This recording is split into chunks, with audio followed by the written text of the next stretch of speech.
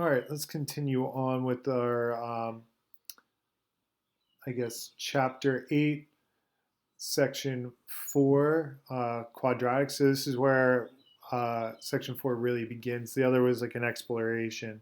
So this is graphs of quadratic functions, okay?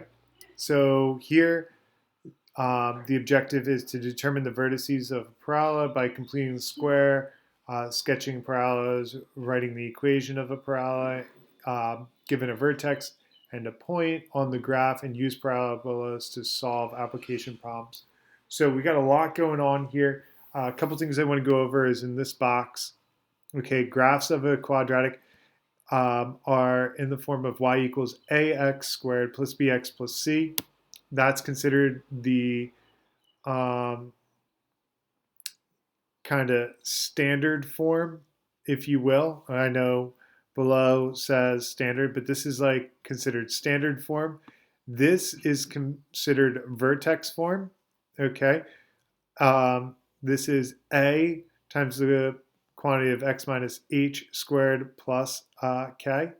Okay, so this is like vertex form. It's kind of weird, but I remember it as HK stands for Harry Callis. Okay, the great Philly announcer.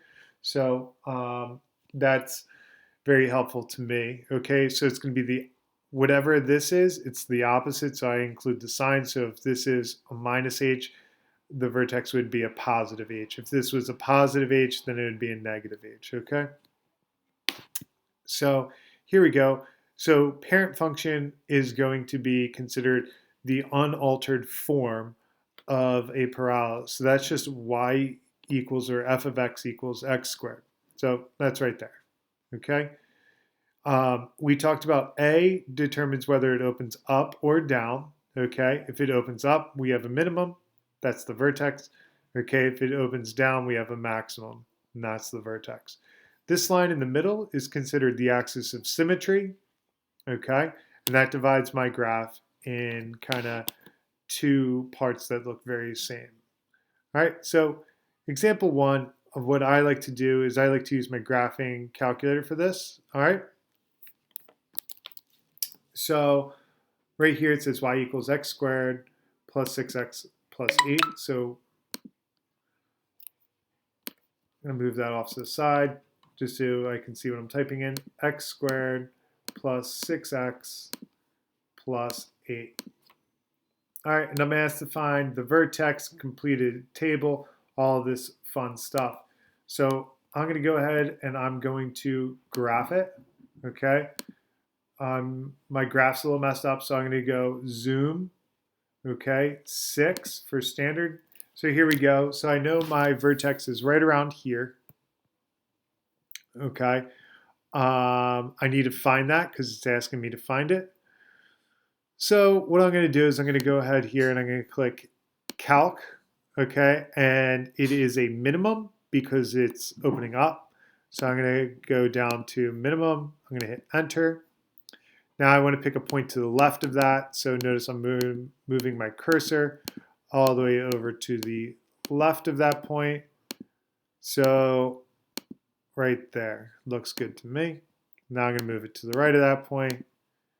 Okay, and that looks right about there. Now I'm going to guess what is the bottom of it. Okay, so I'm looking at the numbers down here. I'm looking for where this number is the smallest because it's a minimum.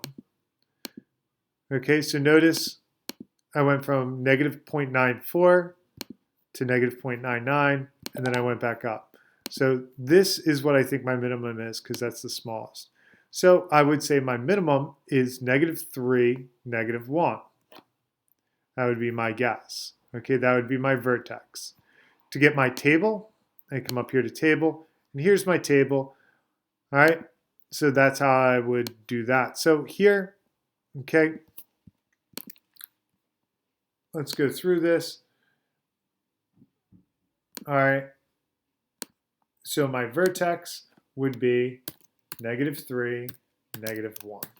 Okay, now it says plot and connect some points. So I would come over here. I would take some points from here. I believe in my notes I took negative 5, negative 4, negative 3, negative 2, negative 1. okay? You don't have to take those, but my recommendation is this. You start with your vertex in the middle. So that's -3 and -1. And then I would pick 2 points to the left of that and 2 points to the right. So that's why I chose -2 and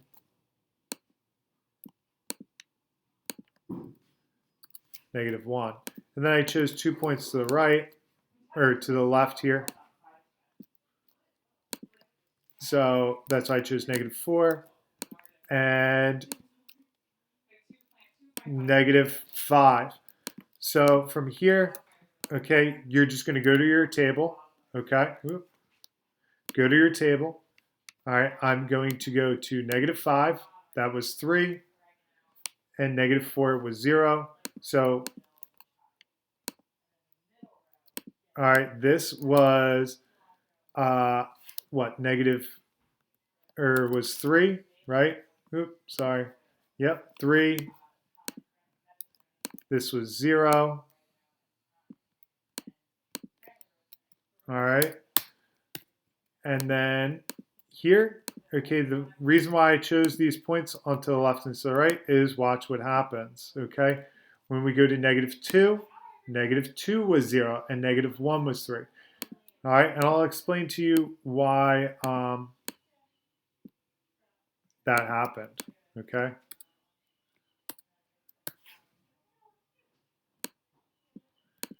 All right, let me finish filling this in. Takes me a little bit longer, okay? So why is that? Well, the axis of symmetry goes through my vertex right here, okay? So that means the left side and the right side have to be the same. They have to be symmetric.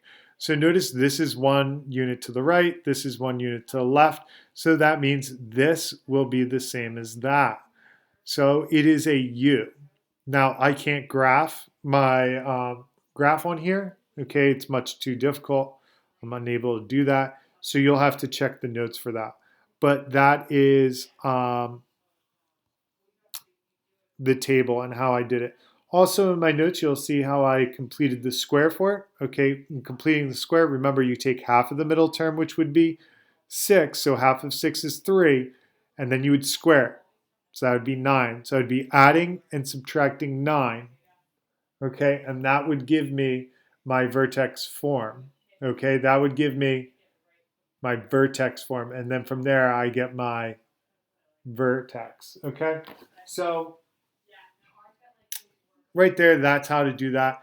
Now on the next page, okay, what I want you to do is I want you to work on this, okay, through the calculator. And in my next video, I will pick up on example 2, okay, and how to do that.